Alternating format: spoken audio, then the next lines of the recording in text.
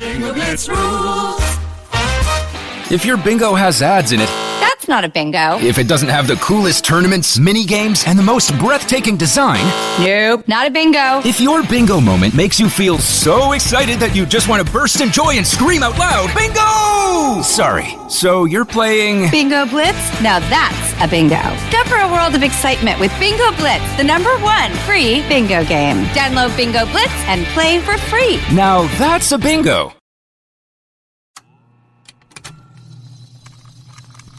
Contained herein are the heresies of Radolf Buntwine, erstwhile monk turned traveling medical investigator. Join me as I study the secrets of the divine plagues and uncover the blasphemous truth that ours is not a loving God, and we are not its favored children. The heresies of Radolf Buntwine, wherever podcasts are available.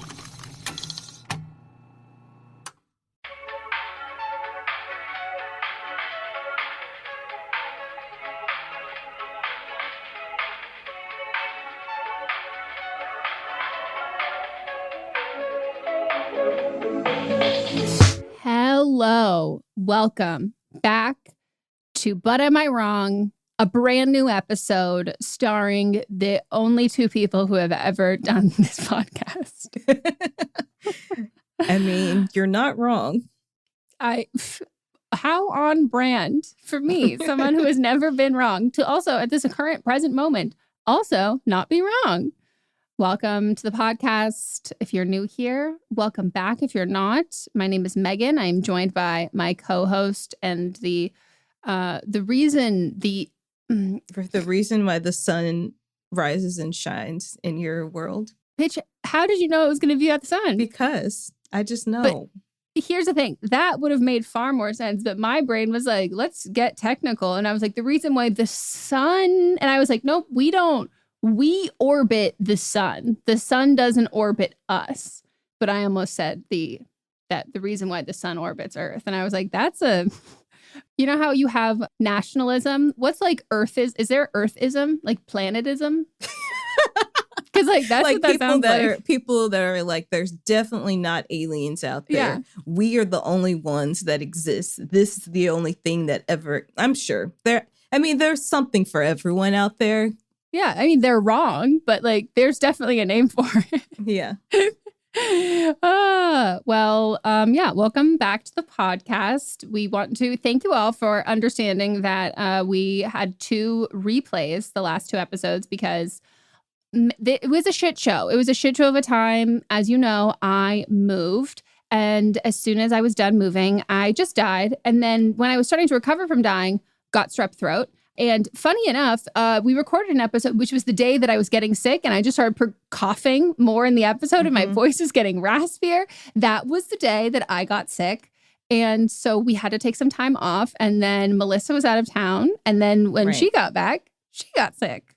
My body just shut down as well. And it wasn't COVID. I don't know. And it only really lasted like 2 days. Like I woke up on Tuesday and I felt like utter shit, but I was like, I'm going to push through. And you were like, no, rest, which was smart. And I slept all day Tuesday and then woke up Wednesday feeling perfectly fine. So good. Who knows? Good. So we took a small hiatus, our first one. Mm-hmm. So we just wanted to thank you all for understanding. And we're excited to be back with another episode. I guess we should give the lowdown. This is a podcast where we, 2 people who have never been wrong, share things in our lives. Are we wrong about these things? Or hot takes? And then we read email submissions from all of you and let you know if you were wrong in a situation. And then we nominate our Rachel of the week, our asshole of the week. But are they wrong? Pop culture, current events. They get to wear the cone of shame for eternity. Mm-hmm. And the best part is that you get to vote on all of the little segments at the end of the episode. So they will go out on our Instagram stories. And now there's like this new feature on Instagram stories where you have to like expand. It's not like on everyone's, but if you have like lots of little dots, sometimes it'll like ask you to expand to watch them all. But we always recommend in general going to our highlights, because as soon as I upload the votes and like the stories there, I put them in the highlights as well, because a lot of the time the stories will just skip over some of them. So you're up first. I am. So this was me versus Katie, who sent me a DM promoting eugenics. 1% said I was wrong. 99% said that Katie is wrong. And there were a couple people in the 10 votes for me that were like, oh my gosh, so sorry. My bad. And then the rest of them, we can see a pattern of how they vote. And then it's also alarming when you see people's jobs and they, you know, are occupational therapists or they work with disabled people. And you're like, okay. So this was a great time to show your true colors. Thank you all so much. I appreciate it. We appreciate it. And then next is me versus the rude airline employee. 1% said I was wrong. 99% said the employee was wrong. Flying back wasn't that better as far as like the airport went. So for smaller flights with American, there's like a little terminal that you have to take to, it's a separate remote terminal that you get on a bus and you drive across the tarmac and in get Arkansas? into that terminal. No, here in LA. So when you land back here, then you land at that terminal and then you take a bus back to the main terminal. Oh, I know what you're, yeah. So it usually takes, I'd say 15 minutes. Took me over an hour to get on this. And so many people were cutting the line. It was just a mess because it went all the way back to the back of the terminal because people are sick. And I'm sure a lot of people saw, but over this weekend, Memorial Day weekend, they canceled half the flights because they don't have employees working because they're sick with COVID. It's bad. Like, it's so bad at this point that like everybody has this false sense of security of like, oh my gosh, everything's going so much better, like blah, blah, blah. But it's no. It's not. The numbers are going up every day.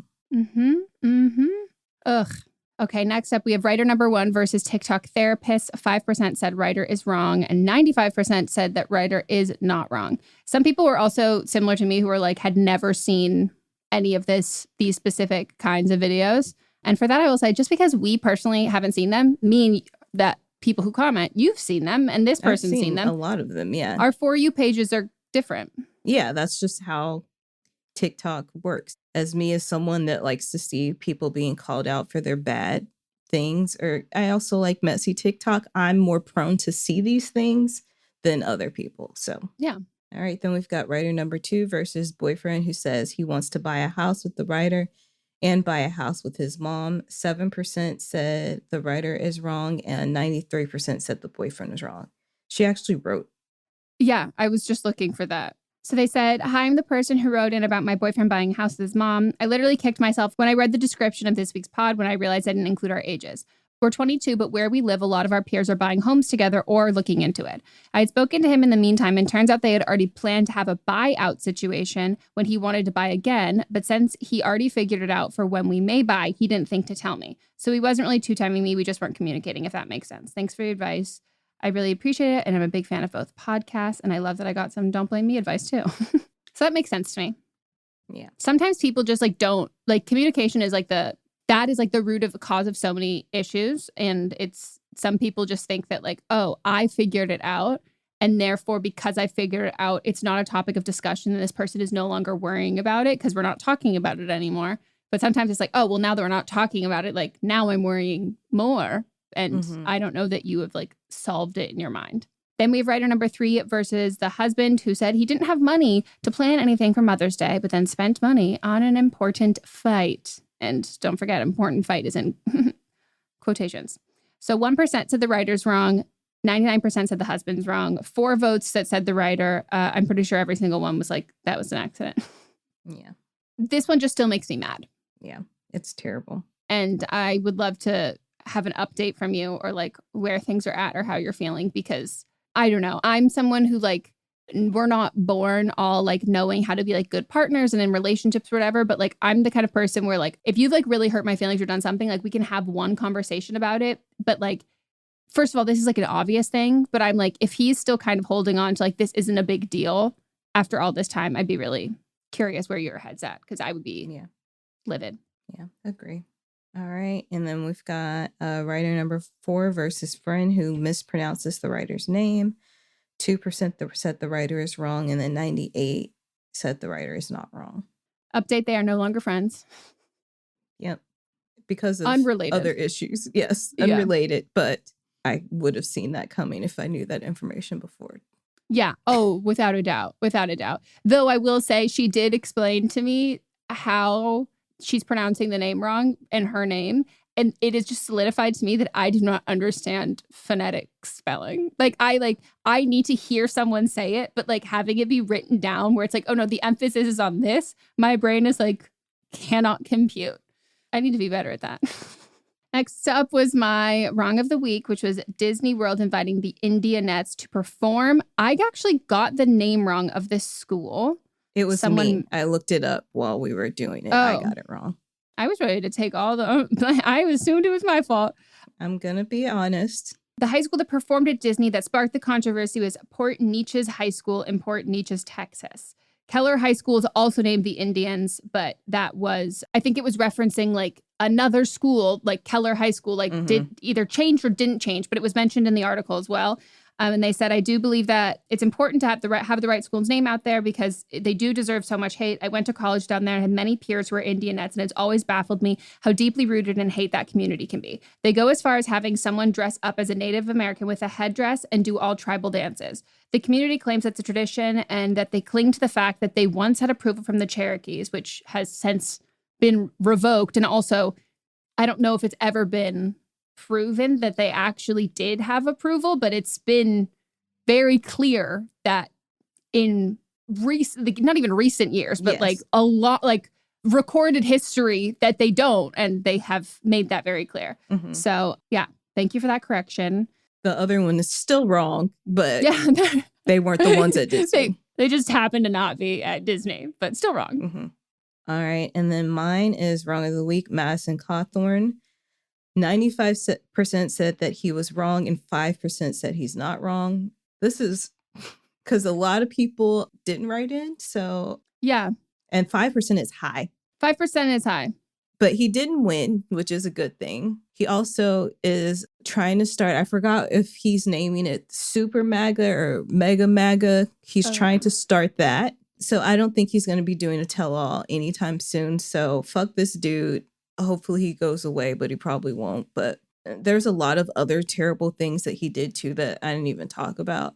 But you can look it up if you want to. Yeah, his problematic history is extensive and never ending and relentless. And just the young Republicans, like the young active Republicans, like Josh Hawley, him, it's terrifying. It's like terrifying how they ignite these young other white supremacists, and like it's they've got blood on their hands. Yeah, and also this is something that liberals get too comfortable saying, that racism will die out when the next generation dies, and that's just not true. It just keeps getting taught and taught. So you can't get too comfortable on your laurels about this, and stop saying that. Stop saying that rhetoric. It's a different generation. No, it wasn't. Our country's built on it and designed on it. And so therefore, like if our country is still built the way it is, it's always going to be there. It's never going to end. Like we have the constant cycle of keeping poor communities poor and then telling them that who's to blame for that is minorities. And then they have all of this anger and hatred, and then they don't go to college. They don't have a good education. The public school system is not great. And then we just have like all of these like continuing issues. We're going to put like landmines, and we're going to put like all of this shit in these small communities. We're going to literally poison their brains and their bodies. And then those people are then going to grow up and become voters. It's just a cycle. Right. Anyways, that is the results from last week. So we hope that you vote for 2 weeks ago. Oh, you're right. Right. For the most recent episode. For sure. Episode. Yep.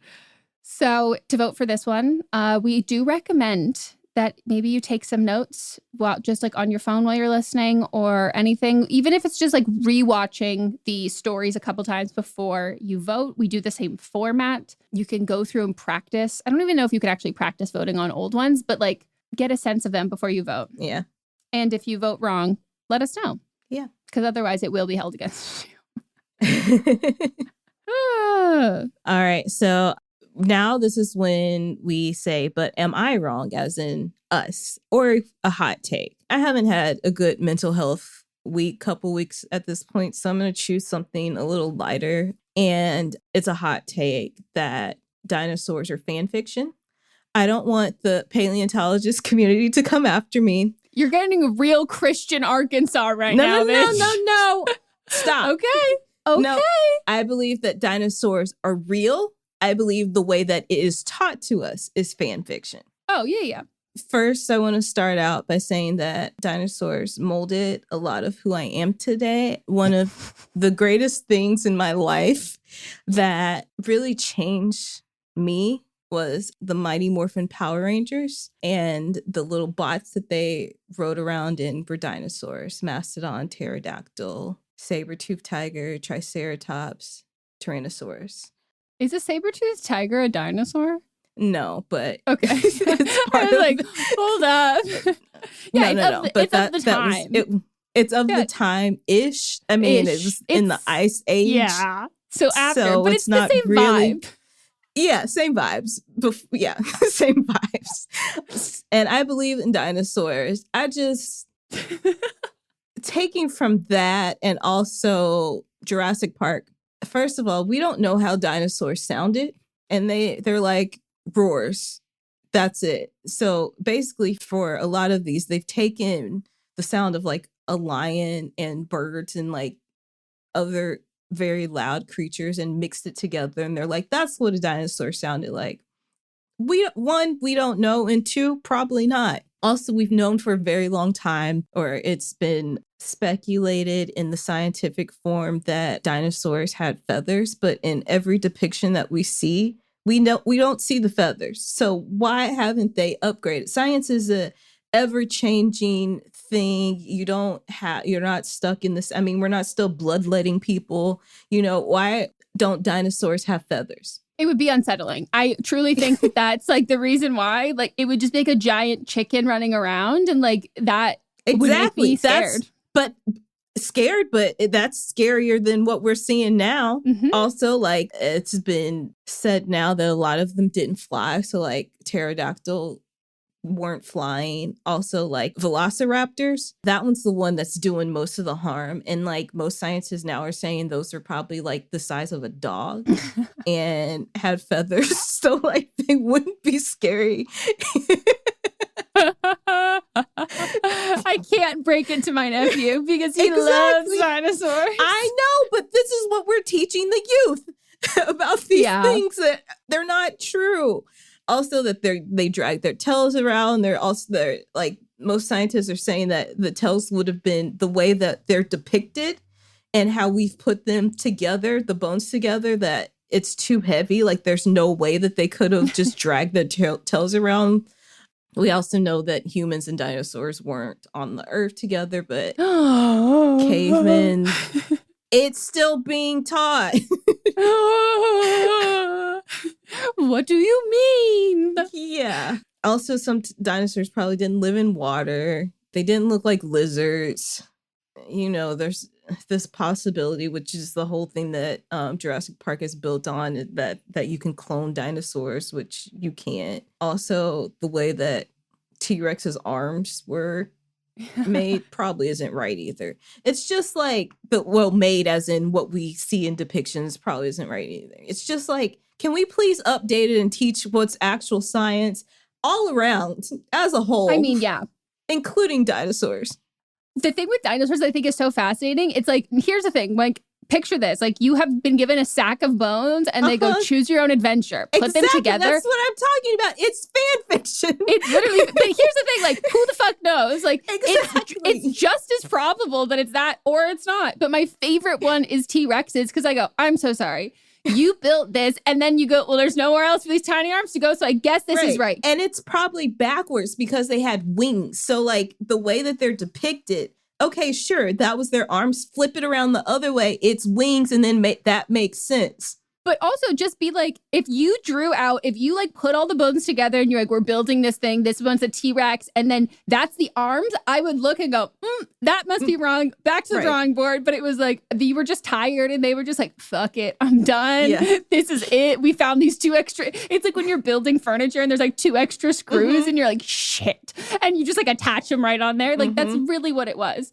But I think it's so funny. And I would be so curious to know that like I would love a documentary on like the evolution of evolution and like the dinosaurs of being like, how did we get here of like this? Because I'm pretty sure, don't quote me on it, I'm pretty sure it was like they consulted like a singular artist one time and then everybody else was kind of like, fuck, this is it's a really huge undertaking. So everybody got inspired by one person's thing who like, it wasn't like that was like a peer reviewed thing. It was kind of like a singular instance. Not that is totally wrong. It could be wrong. It could be completely spot on. But then it just became, it was such a huge undertaking that everybody used that jumping off point. And I would love to have like a life documentary about the person who did the first drawings of dinosaurs. And like, what? I agree with you. And here's the thing. The best things in life are fan fiction. Like, right. I mean, they bring joy, but also this is science. So can we make it right? Yeah. And also, I think the issue is like, because it is partially fan fiction, like we don't have like a lot of ammo to people who aren't teaching this and are teaching like another fantasy. I'm like, let's like really nail down the science because like right now, I mean, I'm telling you that like, yes, dinosaurs existed. We did not walk with them. Like this is, come on. But maybe we could make it a little more believable. Also, as most things, it's capitalism because a lot of these toys already exist and they're like, guess we're not going to change it because these toys exist. And kids are smart. Like if I say the wrong name of like a dinosaur or something, because like he will literally just be like, do you want to look it up? And I'm like, sure, I'll look up what this is because he doesn't know the name of it. And then, or he says he doesn't know the name of it. And then I look it up and he goes, that is wrong. It is actually this. And I'm like, why'd you ask me? But also it could have been right a few years ago, but it's changed because that happens a lot with dinosaurs. Yep. And so here I am using the World Wide Web and his little picture books are not up to date. And also he is big into the dinosaur fan fiction because every dinosaur, he likes to put the dinosaurs in the Ice Age and likes to have them friends with the saber-toothed tigers. Right. And I'm like, sure, we'll put the dinosaur stickers like on the ice caps. Yeah, for sure. For sure. Okay. So mine is also about education. It's a little heavier, but important. And my hot take, which I hope and think to this audience will not be a hot take, is I think that as an aesthetic girly, as a marketing girly, as a lover of a rebrand, I think the thing that needs the biggest rebrand is gun control. And we need to rename it to gun safety. And this is not to say that I've never like used these other terms before, but like really changing my narrative when I talk about people who are against abortion to being anti-abortion or anti-choice, not like pro-life. So I think the way we talk about things is really important because sometimes you need people to, they need to verbally shame themselves. And if you're going to align yourself with like, I am against gun safety, I think it makes people think more critically about what is like being proposed. And in the last like week or so, I've had so many conversations with people about gun control. And it's just wildly apparent that the vast majority of people don't know what gun control is. And I think that as opposed to like the defund the police movement, I think like has been a conversation and a buzzword and a movement for years and years and years and years in like leftist liberal leading groups, but has only been used as like a straw man argument or like a fear mongering term in the last like 2-3 years from like Fox News. That hasn't been like a nonpartisan topic or conversation. It's been very one-sided and it is like a grassroots organization and movement. So I understand when people who grew up in conservative households don't like have never heard of defund the police, or even people who didn't grow up in like very leftist households or didn't grow up with like a father who was like, fuck the cops, don't trust them with anything. That's my interpretation of my father. But when it comes to gun control, like that's been a topic for so long that it's just so adamant that not nobody, and I don't mean this in like a negative way. I don't think it means that people like are stupid at all, but I don't know who coined the term gun control, but I would bet it would probably be a conservative. More to come in my virtual of the week. Because like that's when people hear gun control, the amount of people who I've had conversations with who are like, I'm not for gun control. I'm not for people taking away my guns and like making owning guns a federal crime and sending everyone to jail who has a gun. But I am for mental health resources. I am for intervening and like rigorous background checks. And they describe like every single checklist of what gun control is. But the word control in this is like incredibly misleading. And that is to conservatives' benefit and like our detriment. And that is, we need a rebrand because it is about safety. And like everybody should want that. And if then you can get up there and say like, no, I am anti-gun safety, then like, red flag, you should be on a watch list. Like that's a pretty big indicator that you are not someone who should be trusted with a weapon or a driver's license. Agree. Or anything. Yeah. I think it needs a rebrand. We can throw some millennial pink in there. Like I can make a whole deck on Canva. Like we need like a full fucking rebrand. And I just would love if, I don't want to say the Democratic Party because I don't have great deal of faith in the current Democratic Party. And I vote for Democrats because I know how the two-party system works, but I do not like align myself with like hardcore Democratic belief systems. But I would love if voters on the left could get a unanimous voice, which is something that I think we struggle with a lot, could get a unanimous voice on this and change how we all speak about this, similarly to how we've done with like pro-choice versus anti-choice. I think it would help a lot. And I think as opposed to the anti-choice kind of argument, I think we're far more aligned as like a country on guns than we are on abortion. And I think that both are very pressing, urgent topics, but I think a rebrand, we could actually make some change. And by make change, make a civil suit against our own government, which I think is the only way this will happen. So I hate the whole, like, we just need to find common ground. But here I am going like, this is where I'm like, we want the same thing. And we need to get it. And like, we can use each other to get this thing done. And we never have to speak again. But like, pisses me off. Agree with you. You're not wrong. Like I said earlier, this has been a tough week, 2 weeks for me. And I haven't been able to speak how I wanted to speak just because I'm just enraged and I'm just not at a place right now where I can. But I want this is serious for you, and I know you joke about this all the time. Oh, I thought you meant to the audience or me? No, you, Meghan. Me. Oh God, am I in trouble? No, you're not. Well, kind of. That you joke about, like you being dumb, and you say I didn't go to college when you did go to college. You just didn't finish college, and you say things like that. And I was just watching your stories, and I was applauding you, because I think you went about this in a very smart way. And I never want you to talk about yourself like that again. Thanks. I appreciate it. I think that like, this is something that like I've learned as an adult, the different kinds of intelligence we have. And also was very touched by that episode of Abbott Elementary where they're talking about like different kinds of, have you watched that latest one? Yeah. Where it's like custodial intelligence. Yeah. We're obsessed with it.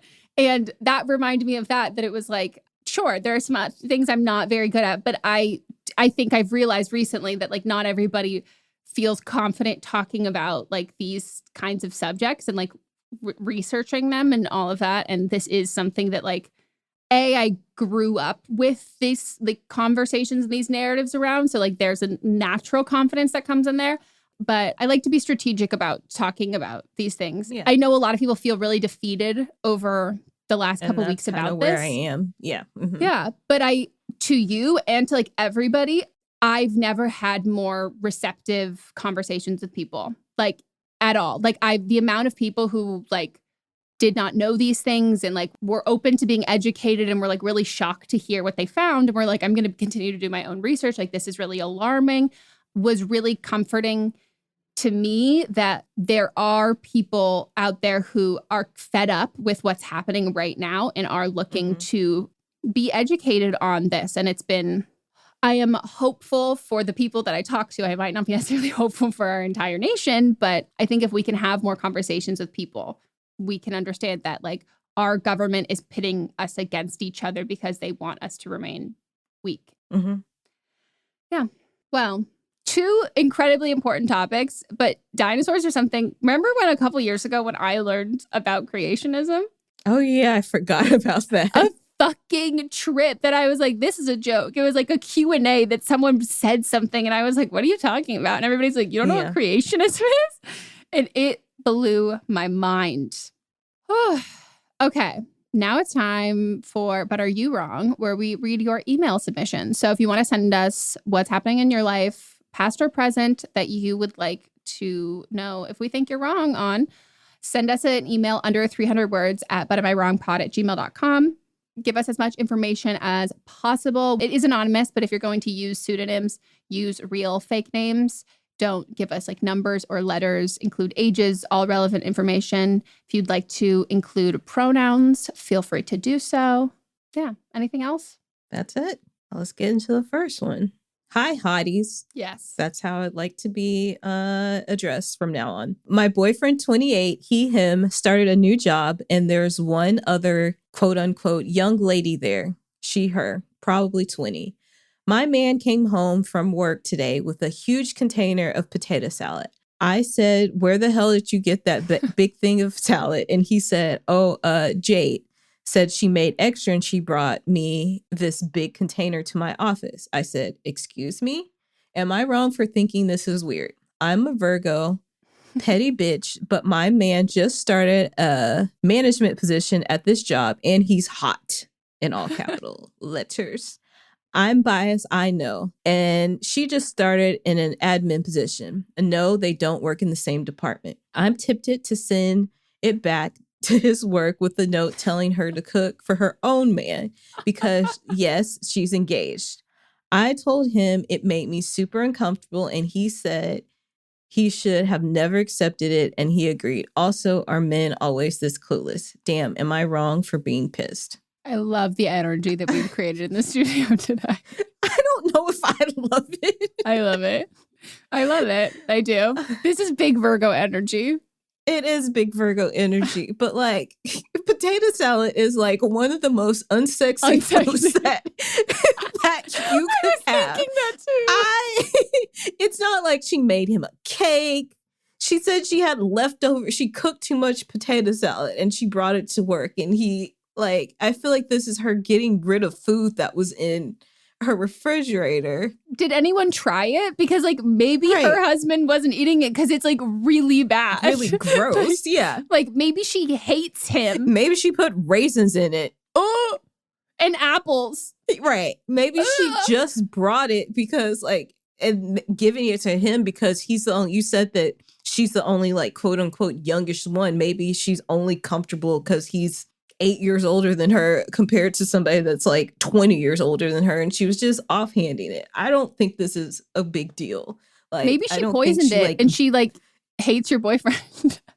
Maybe.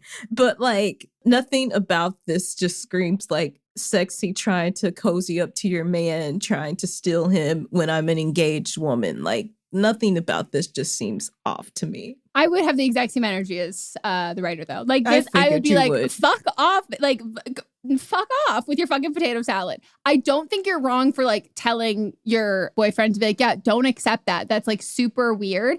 But at the same time, I don't know really how you get out of that. You're just kind of like, oh, sure, thanks. Like, like if I were him, I don't think that he thinks it's hot, right? Like if someone gave it's potato salad. That's what I mean. Like if someone gave Mott's, like some like girl at work gave Mott's like a giant vat of potato salad, I would be like, this bitch is trying to come for my man. But I would know that Mott's would be like, ew, why would you give me potato salad? Like it would be like an extreme turnoff on like that end. But I do think it's like a little weird. Is he going to bring back like the Tupperware? Like maybe it's like, oh, my girlfriend made you something and you can give her the Tupperware back with something that you made and put it on the inside. But no, I think men are clueless. But I also think if this was me in this situation on the receiving end of said potato salad, it's kind of hard to get out of that. But it does feel weird to be like singled out as opposed to being like, hey, I brought some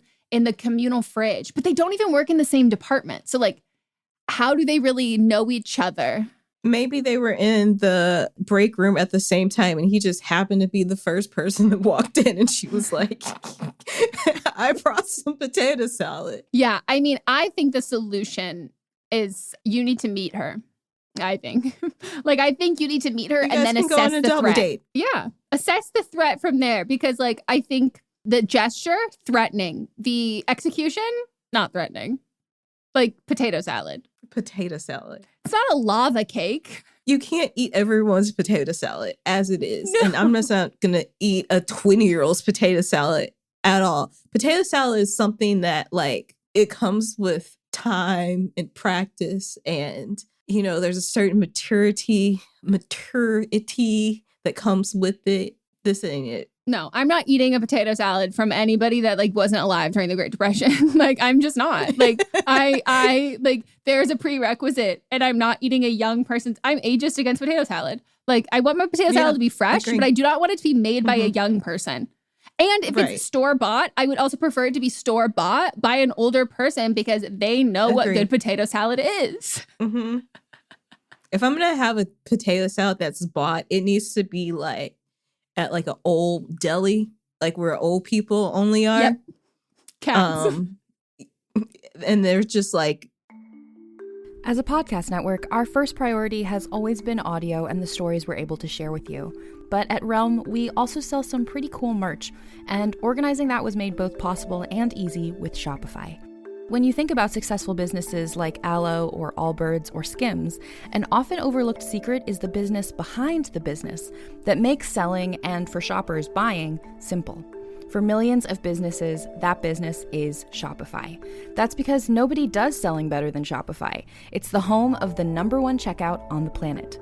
And the not-so-secret secret that's definitely worth talking about is that Shop Pay boosts conversions up to 50%. That's more happy customers and way more sales going. If you're hoping to grow your business, your commerce platform better be ready to sell wherever your customers are scrolling or strolling, on the web, in your store, in their feed, and everywhere in between. Businesses that sell more, sell on Shopify. Upgrade your business and get the same checkout we use with Shopify. Sign up for your $1 per month trial period at shopify.com/realm, all lowercase. Go to shopify.com/realm to upgrade your selling today. Shopify.com/realm.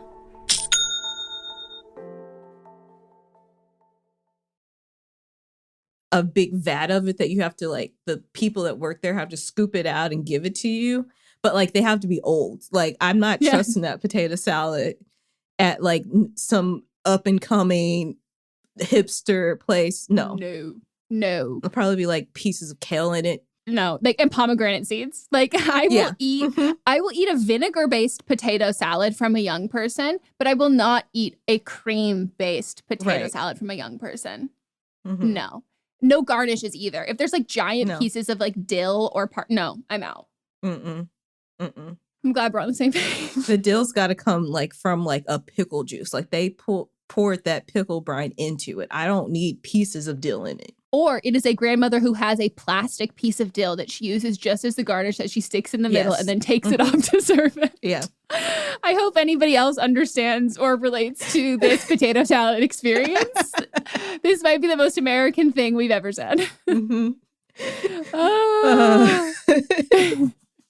So what's your final verdict? Wrong or not wrong? I think that the writer's wrong. You think she's not wrong. I don't think you're wrong at all. Because this would make me also uncomfortable, and I'm never wrong. And neither am I. Yeah. So we're both right. Okay. Hello, Meghan and Melisa. My husband, 21 years old, he, him, and I, 22-year-old, they, them, married young due to him joining the military, shocker, about a year after getting together. We were still figuring out our relationship and learning about each other, so we decided to stay together physically. I didn't consider that at the time I didn't know who I was yet or what I wanted from life. As time passed, I've grown more into who I am and I understand myself more. Until recently, I've been identifying as an aromantic, non-binary bisexual. However, my attraction to women has grown more as my attraction to men lessens. And a part of me feels as if I'm being unfaithful to my husband. I don't regret marrying him and I love him for who he is, but I also know that I am not being 100% honest with him or myself. He wasn't the most accepting when I first came out to him as non-binary bisexual. He doesn't respect my pronouns, uses the name I prefer, and he questions, how can I know for sure if I've never been with a woman? I feel as though my existence is invalidated. I haven't told him about being aromantic because I know he'll say it's stupid. I knew he was ignorant when we first met, so please don't think too poorly of him. Am I wrong for staying in this marriage knowing I can't be wholeheartedly myself? Thank you so much for your time. You've done an outstanding job shit-talking ethically. I wish for your show's longevity. That is so kind. What do you mean that we can't think poorly of him? Right. I let me tell you how many words I got in when I started thinking poorly of him. Shocker was my word. 1, 2, 3, 4, 5, 6, 7, 8 words in. Is that done. Military? That was before him joining, and I already knew where it was going. Oh yeah. I agree with you. And it wasn't about like joining the military because I know some people do because of financial reasons. It's because it was me saying that you married young due to him joining the military. I was already out. Yeah, context clues. I mean, just as a quick disclaimer, if you're brand new here, I am staunchly anti-military. And that being said, I also understand that the military industrial complex and how we keep poor communities poor. And then the only way that they can go to college, the only reason why my dad got an education was going to the military. Like, he wouldn't have been able to go to college. I did not know this. No. He should be a guest sometime because he joined the Air Force and then he checked out a bunch of books from the library on psychotic breaks, and then he faked a psychotic break and peed all over everybody's cots, and then he got honorably discharged, and then he just got the free college education. Ethical scamming. Oh, my father is an ethical scammer. Like, it is like, if anyone wanted to know where I got, like, and I say this like self-deprecatingly, lovingly, like where I got that side of me, like that is him. Like, it is like, he's unhinged in the most, like he's like politically unhinged to the left, the farthest left that you can get.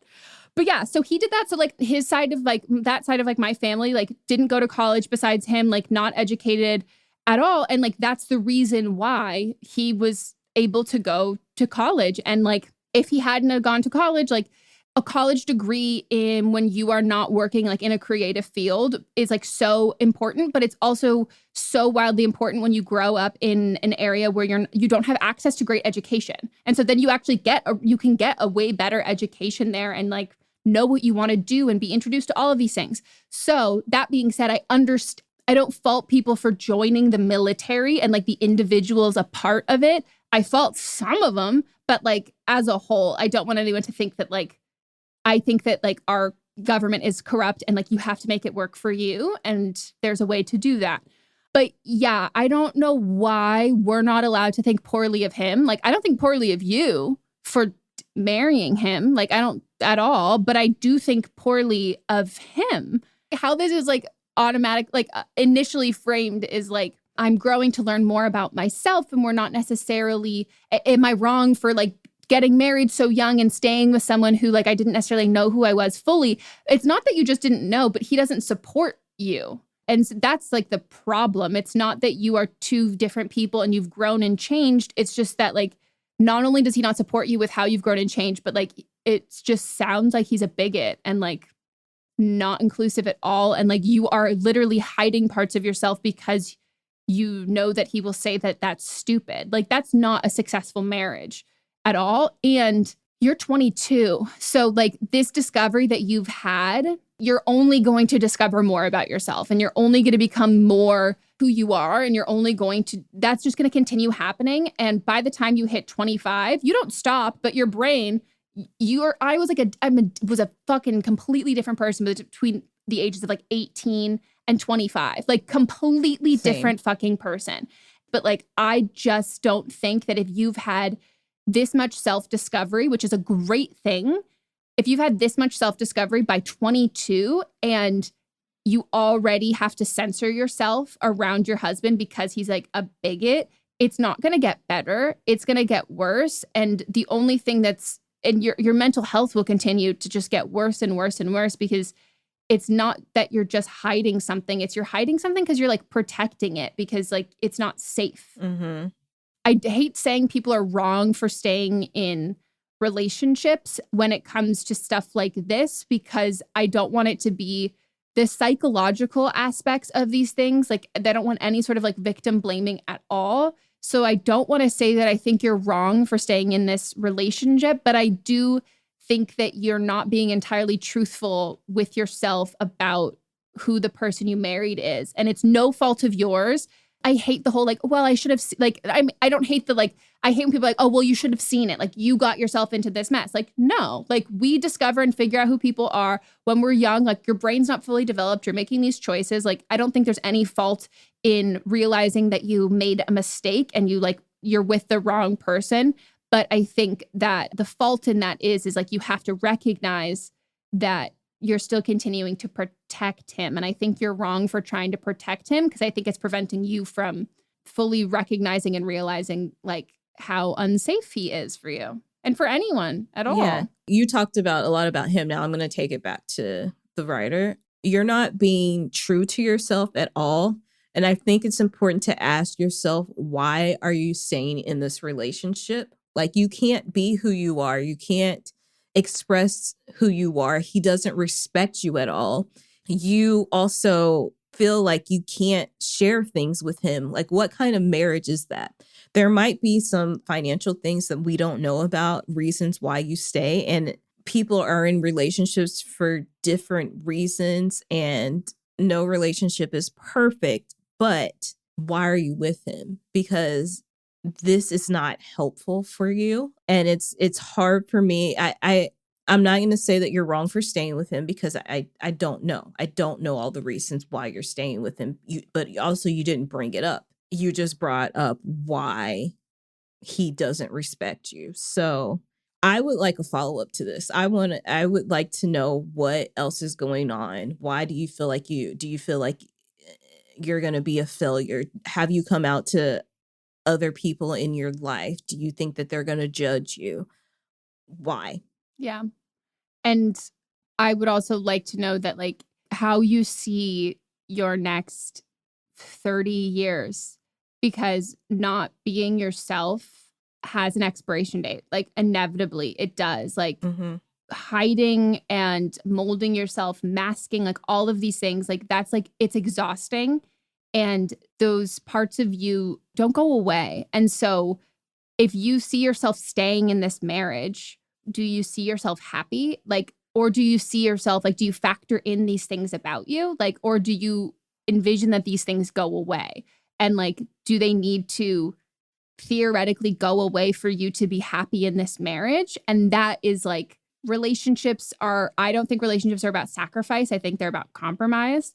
And that's not a compromise here. That's like, you're sacrificing who you are. And again, that's not sustainable. Like, we just can't do that. Yeah.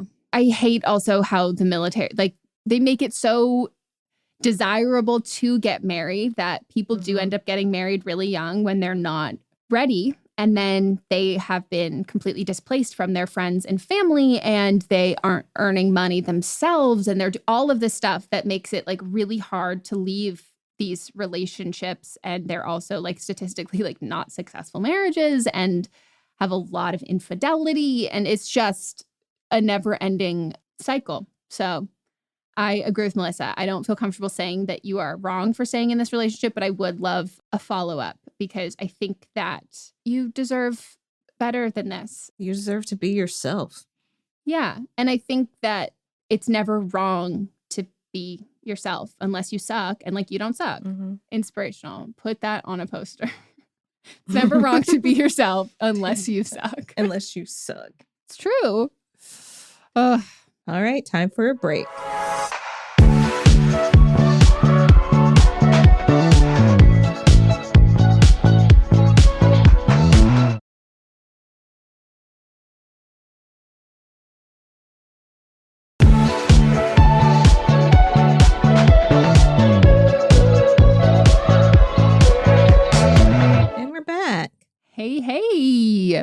On to the next. Hi, I identify as he, him, gay man. So I've been working at this company for years as a supervisor in my department. Recently, higher management asked what we were doing in our work areas to celebrate Pride Month for the employees in our department. Immediately, someone mentioned a project someone was working on, and the higher management said it was great, mentioning that they would stop by to take photos to show the other departments. Am I wrong for not wanting to do a single thing? I feel like management at this company is not doing it to be inclusive, but rather as a marketing ploy to show that this company does great things. I also feel like they are doing it so that the other managers in other areas see that our managers are doing great things in my area. Management never went out of their way to ask us to do anything for any other occasion. Nothing for Black History Month, AAPI, Hispanic Heritage, nothing at all. And I am glad that they are trying to be more inclusive, but it feels like they are just using this for marketing, considering all the products they sell and promote for Pride Month. Part of me feels like it's just because of the bad press they obtain from the Florida Don't Say Gay bill. This is even the first year that the company is giving proceeds of sales to a charity. Also, they are only giving proceeds during the month of Pride. Let me know if I'm being an ass and wrong or if I'm perfect and right. LOL. I'm an Aquarius. Teehee. In case you're wondering what the company is, they have magical theme parks. Ooh, could have never guessed. To be fair, the capitalism, the consumerism version of Pride is guilty in so many organizations and companies. So many. It's theater. It's theater. They don't actually care for the most part, unless it's a company that cares year round. They're just doing this because it makes them, like you said, it makes them look good. I don't think you're wrong for not wanting to participate, because why? Why? You're not a puppet that they can use to prop themselves up. You're not a costume they can put on that they can run around a park and take pictures with. You're not some ears you can just put on your head. Right. Yeah, I don't think you're wrong at all for this either. I as a cis straight woman, I get incredibly frustrated and annoyed with the consumerism aspects of Pride, and I consume a lot of LGBTQIA content from creators. Mm-hmm. And it's a very, I don't need to tell you this, writer, but it's a very unanimous feeling and kind of discussion of this double-edged sword. Mm-hmm. A lot of drag queens like Trixie and Katya will talk about I mean, tons of people, not even just them, will talk about how they hate the phoniness of marketing things for Pride, but they're also they pay my bills. I still do them, and mm-hmm. I pay my bills. And it's not up to anybody just because you're a part of a community that you have to be the change, and your presence is a sign of being an activist, and you need to see that people are doing something within your community, or taking advantage of your community in this kind of sense. And it's also not your responsibility to say something and be no, instead we should do this, this, and this. You don't have to carry the responsibility of fixing this and changing this shit. You can literally sit on your ass and watch them do whatever the fuck they're going to do and just not participate. I think that's completely fine. And I think that if these companies actually cared, I think there is so much rich history there that should be taught. But I don't think that there should be 1 month in the year that suddenly every gay content creator has 45 brand deals that they don't have any other time of the year. Mm-hmm. I just think that trying to put pack all of this in to look good so then you could be homophobic for the rest of the year and not be inclusive for the rest of the year. I think it's fucked. Again, I think the history is important, and I think that should be educated. I think it should also be celebrated, but I think the fact that we constrain it to 1 month and then Target has an entire fucking absolutely hideous display of just rainbows on rainbows on rainbows, I would find that most of the time, if it's not a Hi, this is Rob Benedict. And I am Richard Spate. We were both on a little show you might know called Supernatural. It had a pretty good run, 15 seasons, 327 episodes. And though we have seen, of course, every episode many times, we figured, hey, now that we're wrapped, let's watch it all again. And we can't do that alone. So we're inviting the cast and crew that made the show along for the ride. We've got writers, producers, composers, directors, and we'll of course have some actors on as well, including some certain guys that played some certain pretty iconic brothers. It was kind of a little bit of a left field choice in the best way possible. The note from Kripke was, he's great, we love him, but we're looking for like a really intelligent Duchovny type. With 15 seasons to explore, it's going to be the road trip of several lifetimes. So please join us and subscribe to Supernatural Then and Now. Consistent pillar of a company's like values and morals through the rest of the year, I would just find it performative and insulting. Because that's exactly what it is. Also, this is emotional labor and physical labor for people that work there. Are you getting compensated more for participating? No, probably not. Also, when they say that like proceeds are going to blah, blah, blah, we're donating X, Y, and Z. How much? They never say how much, one, and then two, it's a tax write-off. Tax write-off. Yes, the money is there to support good things, but at the end of the day, it's a tax write-off for them. Yeah. And also just donate. Just donate the money. Just give the money.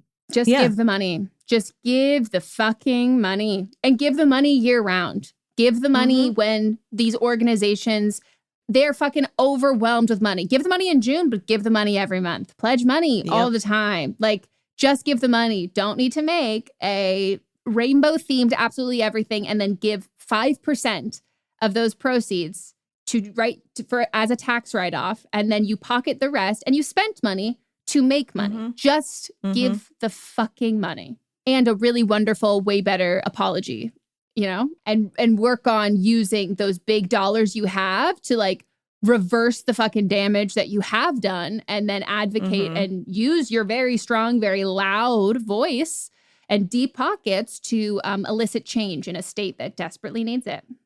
Exactly. I'd be so pissed for you.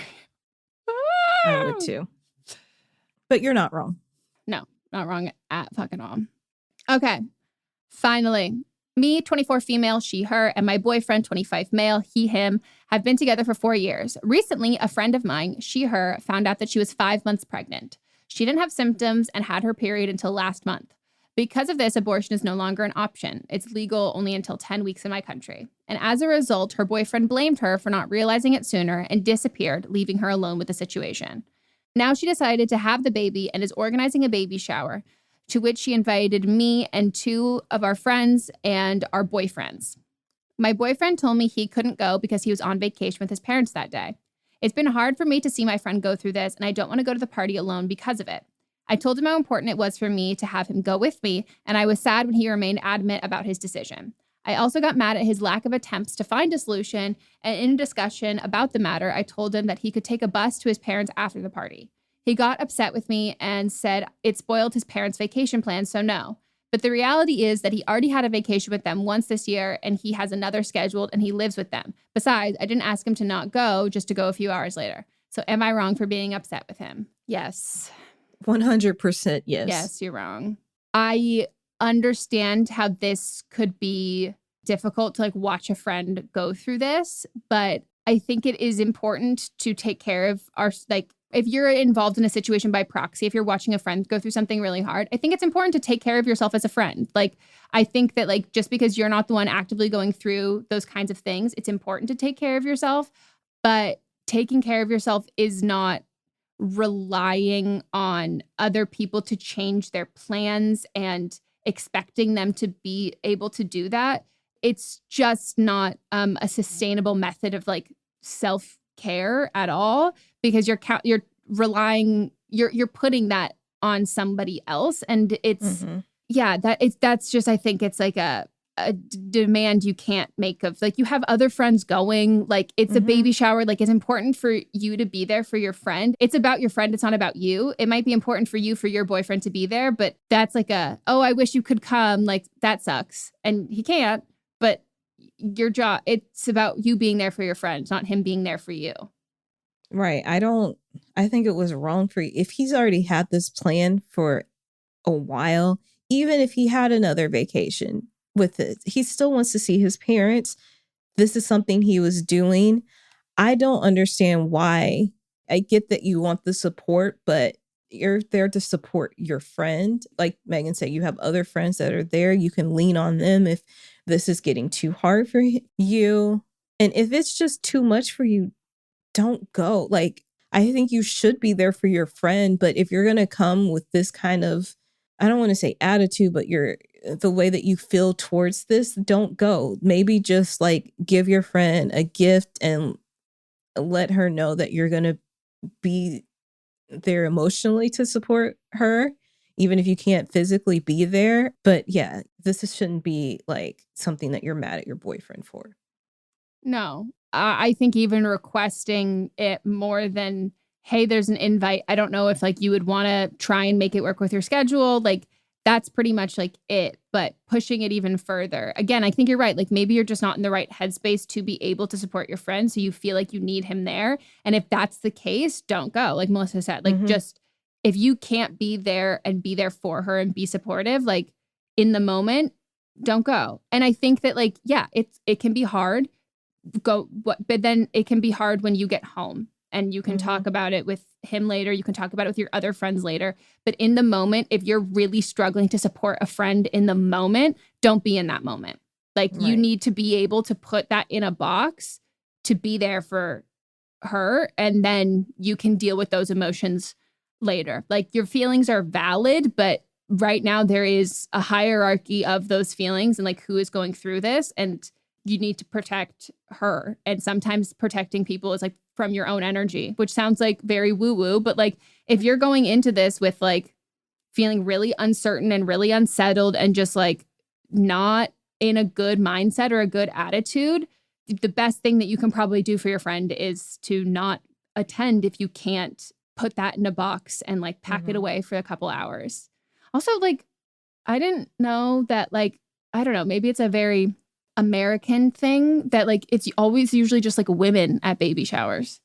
Well, times are changing. Yeah, you know, like no, I mean it makes total sense. But like I would also just be curious if like it's not like a giant like couples date usually. So like I would be curious is everybody else have like a significant other or a partner there? Is like that why you're anxious about it? But like I wouldn't assume that every single person there, including the expecting mother, like it doesn't seem like this is something that it's not prom or cotillion where you need a date to attend. Date, yeah. I think that like maybe it is a cultural difference and it tends to be more paired off.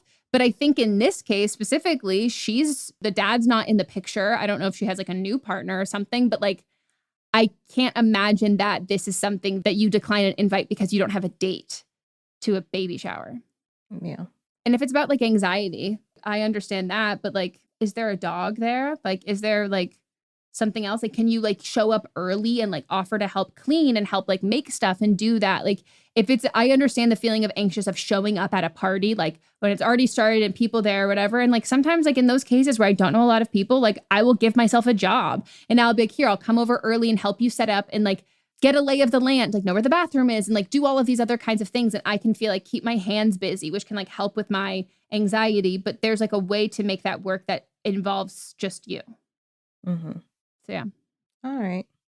Now it's time for But Are They Wrong? AKA Rachel of the Week. This is where we pick someone or something that's happening either in pop culture or just in the zeitgeist about something in the world. Somebody that's being an asshole.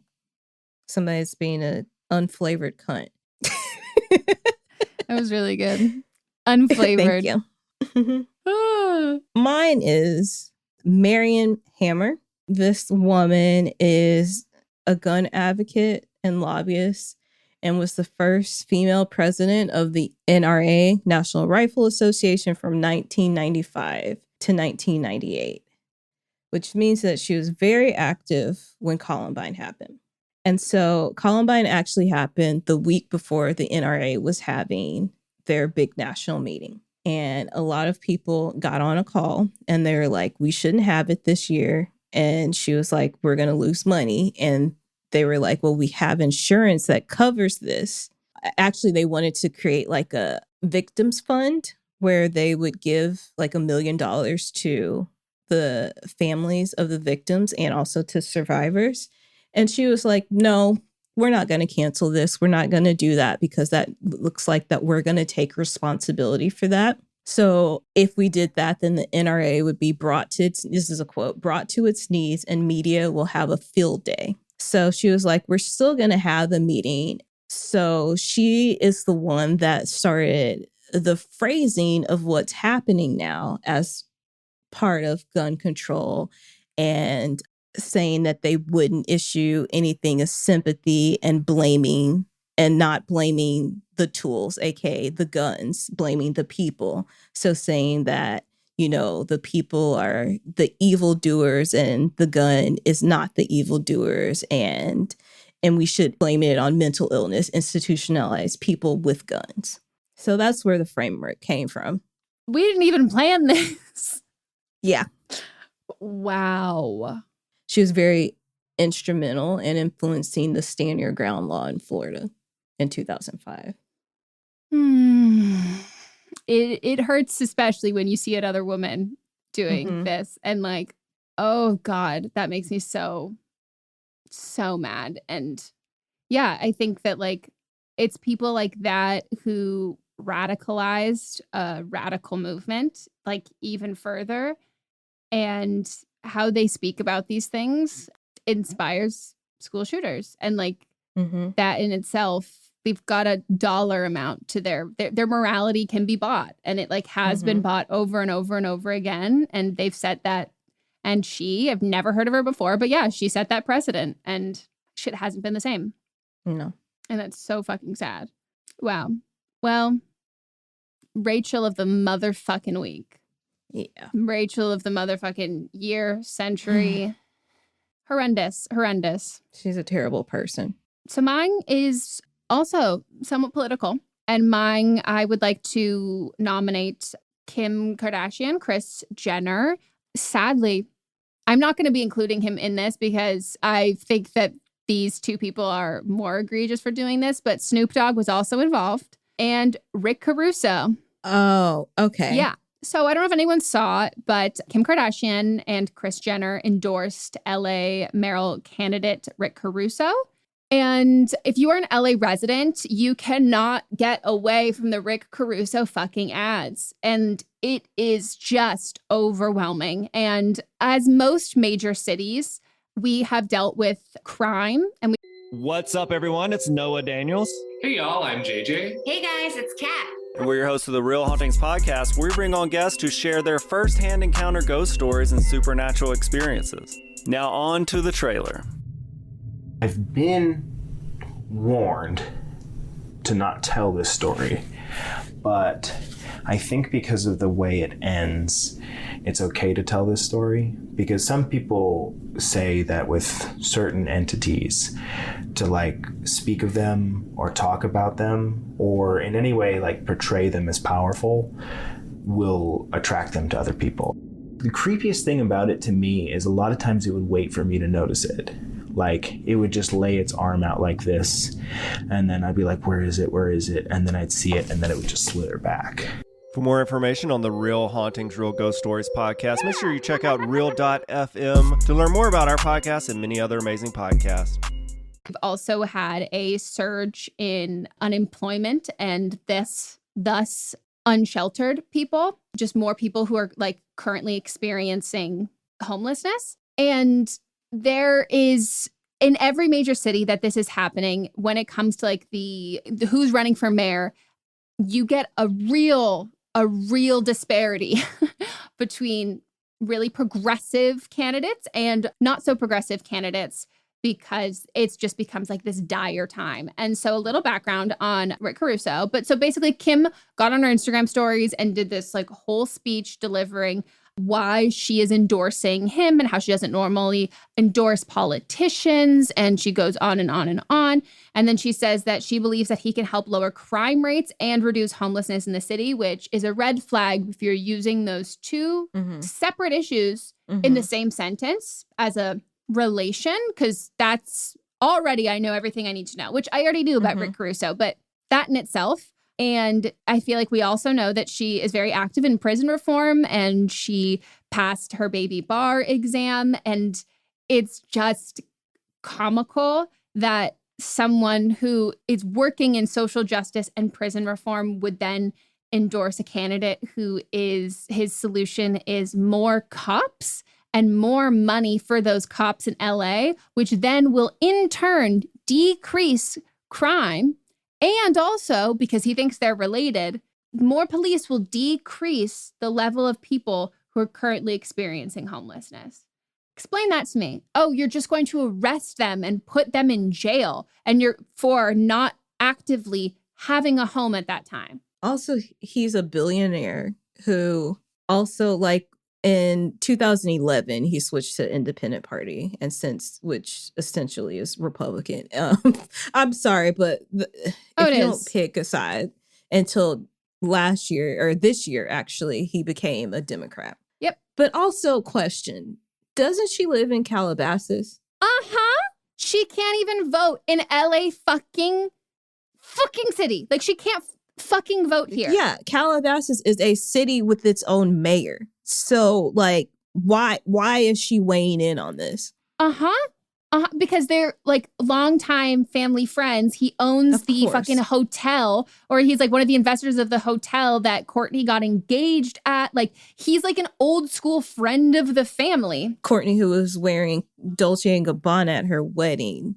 The entire family wore Dolce & Gabbana the entire time. And I go, I'm sorry, not only like, are you forgetting, the whole wedding was sponsored by Dolce & Gabbana, which I'm like, first of all, it was gaudy. But like, Dolce & Gabbana, not only, like, if we want to, like, first just talk about, like, personal issues, they, like, literally called all of the girls fat and, like, ugly and said that they were irrelevant and, like, shouldn't be famous. Like, they talked mad shit on each one of the Kardashians specifically, which, okay, yeah, horrible. Shouldn't do that. I would think that you would care about that if you're not going to care about the fact that they're like wildly fat phobic and like sexist and racist and homophobic, and also like eugenic, like they believe believe in eugenics. Like they literally, no other fucking fashion house has like ever in current present times like literally bullied celebrities and regular people from their like fucking Instagram account. Like, I'm sorry, what? Like they comment on like Selena Gomez photos. Yeah, and it's called her ugly. Yes, like the fuck? Like, I'm sorry, what? What? Like, it's just so fucking insane to me. It's just like, oh my God, it just makes me so mad because I think that like, I am, again, this episode is very much, my dad is getting a lot of shout outs in this episode, but like, when it comes to like prison reform and like social justice stuff, like that's something that I'm very familiar with and like a topic I'm like very passionate about because that's what my dad does. And like, that's what I grew up learning about and knowing about. And so I am very, very, very happy from when anyone it gets involved in that and can like bring a bigger voice to that because it is a massive fucking issue that isn't talked about. And so I'm not willing to like look past her other things, but like, I'm not someone who's like, oh, she shouldn't get involved in prison reform because like she has all these other problematic things. I'm like, I want people who are incredibly problematic, people who are not problematic to be involved in like actively being like, we need to fix our prison system. Like, please go for that. But like, I'm sorry, you have all of that fucking information and then you're going to endorse this guy who you can't even personally vote for. Like, it's just makes you look super fucking dumb and it makes you look really bad. It makes you look like you got bought off too. And it makes it look like you bought your baby bar results, which I don't think you did, but it makes me think. I'll say it on record. I do. But like, I also don't know really anything about that. So like, I don't know if it's possible. I don't know what and she clearly hasn't learned anything. And like, that's what's pissing me off the most, that I'm like, so you took these shortcuts and these steps, which like, cool, you had access to this privilege to do that. But then in turn, that access that you have, you're not using that to like actually educate yourself on this issue, which like before this moment, like I did not question her intentions when it came to prison reform. And like, I'm not still actively questioning her intentions when it came to that. I'm questioning her intentions when it comes to endorsing him, that like, I don't think you have malintent when it comes to like prison reform. Like, I don't think any of that. But by endorsing a candidate like him, that makes everything else you do look performative. Yep. And like, you were going to do all of that for like a fucking check? or like a favor to a friend. Like that's just like, it's just such bullshit. And like, he's so bad. He's a lifelong Republican who like literally switched to a Democrat before this election, like days fucking before, because he didn't think that he could win. He's a billionaire, which we already know what that means. And he is like a real estate. He's been the president of the LA Police Commission.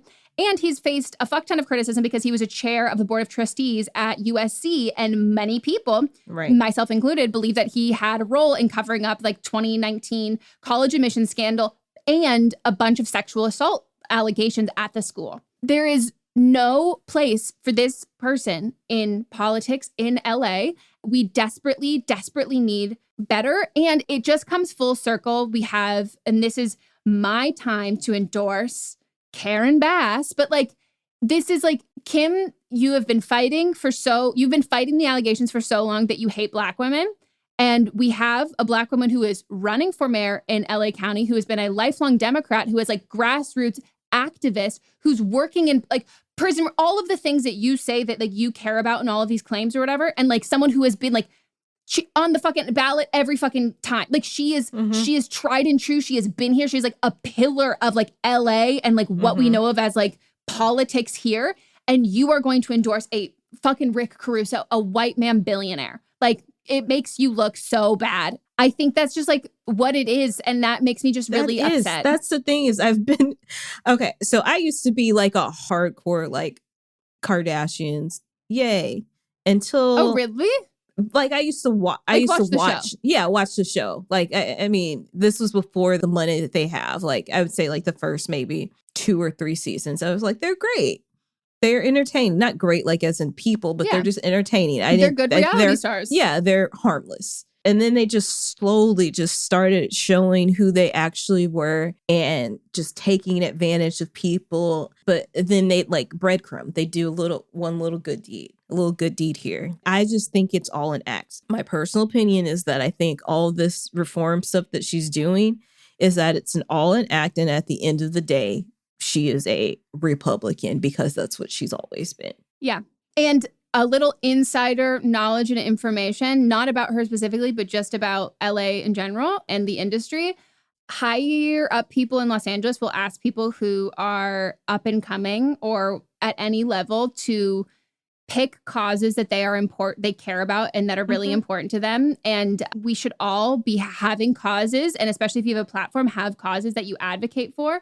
But the reason why that is so heavily encouraged and pushed is not because you have a platform. It is because you get a lot of publicity and press, and it makes you look good when you do said things. Exactly. It's all theater. And like it happens with tons of fucking people. But at the same time, like Emma Watson is like incredibly active in so much activism. And that could have started because her agents had asked her what causes she cared about. And it comes from a genuine place. Like we all have things that we care about. And that's not bad. Like the inherent aspect of asking young people to care about causes and get involved in causes is not bad.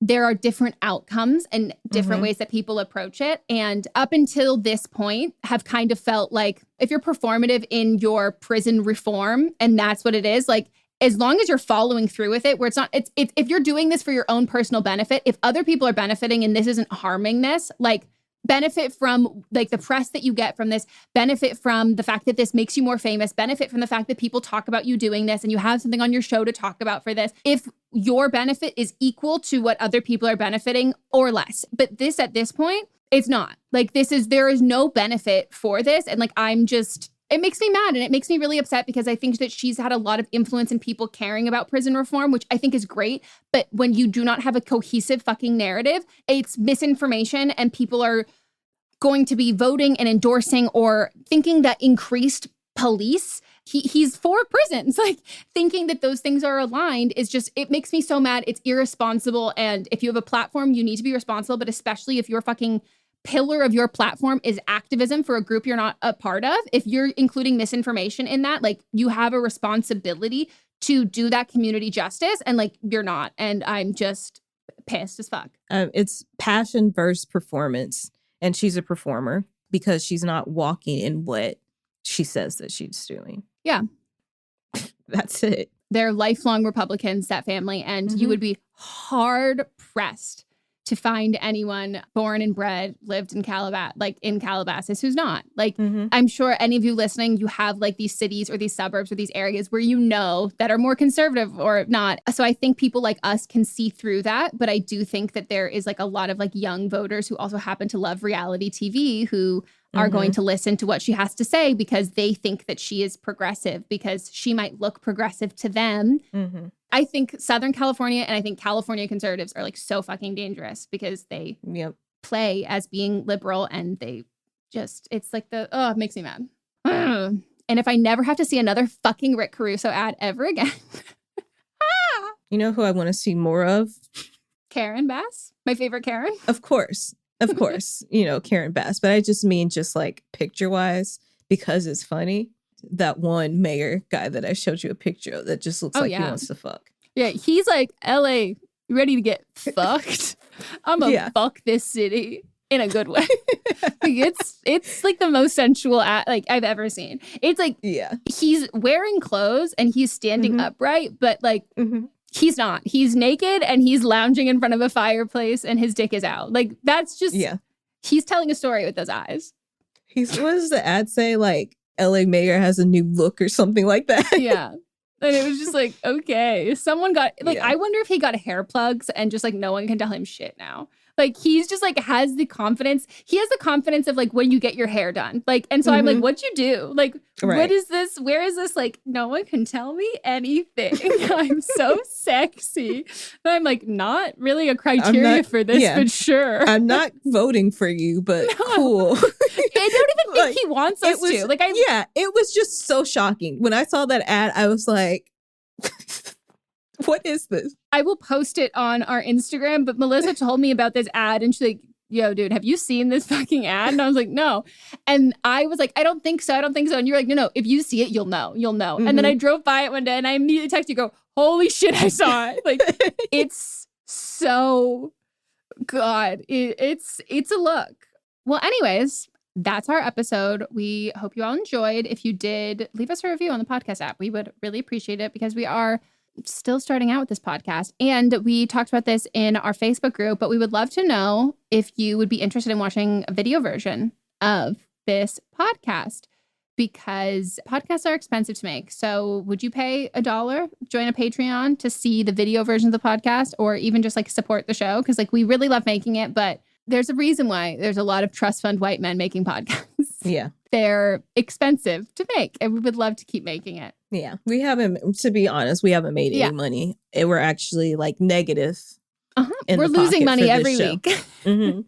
And so we'd love to keep doing it. But, once we get more episodes, then it becomes more financially stable. But right now we're going in our pockets and pulling out money to create episodes. And we would love to break even and then eventually make money on the work that we're doing. But again, if you want to vote, go vote on our Instagram stories. And anything else? I think we're good. If you're in LA, please vote. Across the nation, there's elections going on. So please educate yourselves and vote. Please do. And we will circle back.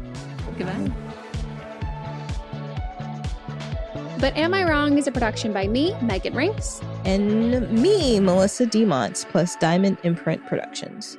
Post-production by Coco Lorenz. And production assistance by Melanie D. Watson. Listening to a podcast should be time well spent. And I promise it will be if you'll give this podcast a try. It's called Something You Should Know. I'm the host, Mike Carruthers, and in every episode, I talk with leading experts on topics I know you will find fascinating.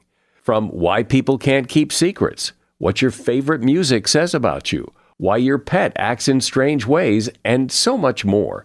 Something You Should Know is designed to give you information you can use in your life and give you great intel that you can share with others. I'm told it's a binge-worthy podcast. And with over 1,000 episodes, there's a lot to binge on. Something You Should Know has been ranked in the top of the Apple Podcast charts consistently for a long time. I know you're going to like this. I just need to get you to try it. Something You Should Know. It's available wherever you listen to podcasts. Hi, I'm Jennifer, a founder of the Go Kid Go network. At Go Kid Go, putting kids first is at the heart of every show that we produce. That's why we're so excited to introduce a brand new show to our network called The Search for the Silver Lining, a fantasy adventure series about a spirited young girl named Isla who time travels to the mythical land of Camelot. Look for The Search for the Silver Lining on Spotify, Apple, or wherever you get your podcasts.